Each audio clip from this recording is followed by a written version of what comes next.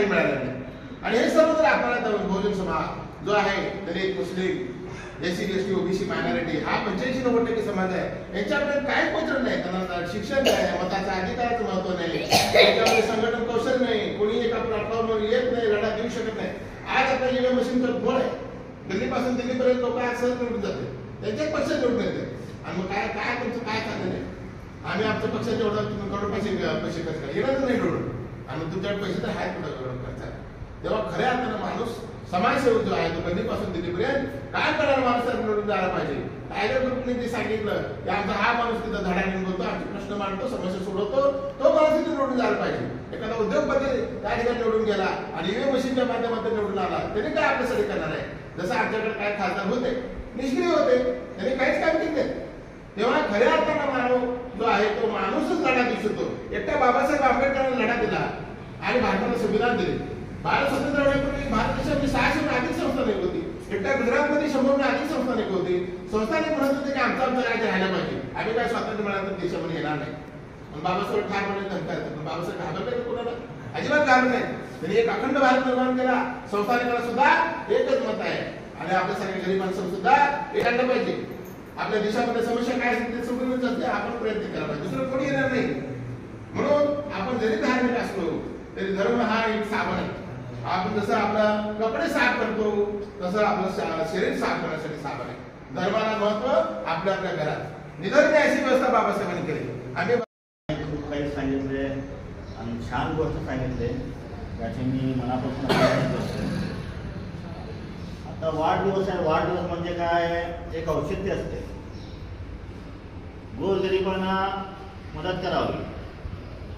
वाढदिवस काय येते जाते, काय जे भूकमध्ये मरते ते मरतेच, त्यांना जेवण मिळत नाही, कुणाला कपडे मिळत नाही, काय त्यांची इच्छा अपूर्ण राहते. तर मी या माध्यमातून संपूर्ण लोकांना, जे जाणकार व्यक्ती आहे त्यांना एक आवाहन करतो की आपल्या वाढदिवसाचा वायपट खर्च न करता असा बेसहारा लोकांना त्यांनी मदत करावी, त्यांना अन्न द्यावे, त्यांना कपडा द्यावे. अजून तुमच्यातर्फे जे काही मदत होईल ते करावं आणि वायपट खर्च टाळावं, हेच मी बोलतो आणि माझे बोलू शकतो.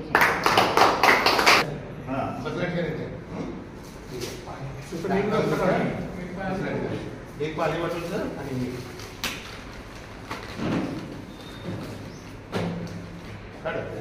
काढा.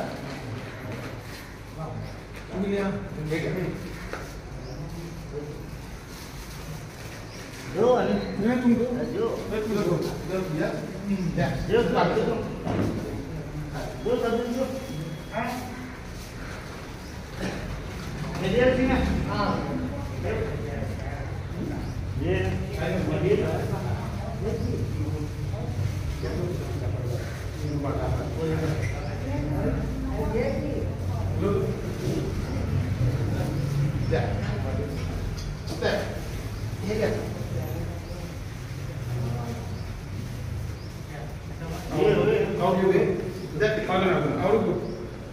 पाणी आणि भोजन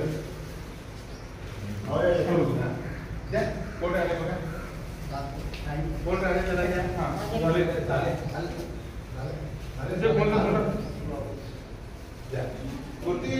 आता आपलं पण जेवण देऊ टाका, आपलं जेवण करा. आता सगळ्यांनी आता काय करा, तुम्ही लोक पण जेवण करू जेवण नाही आणि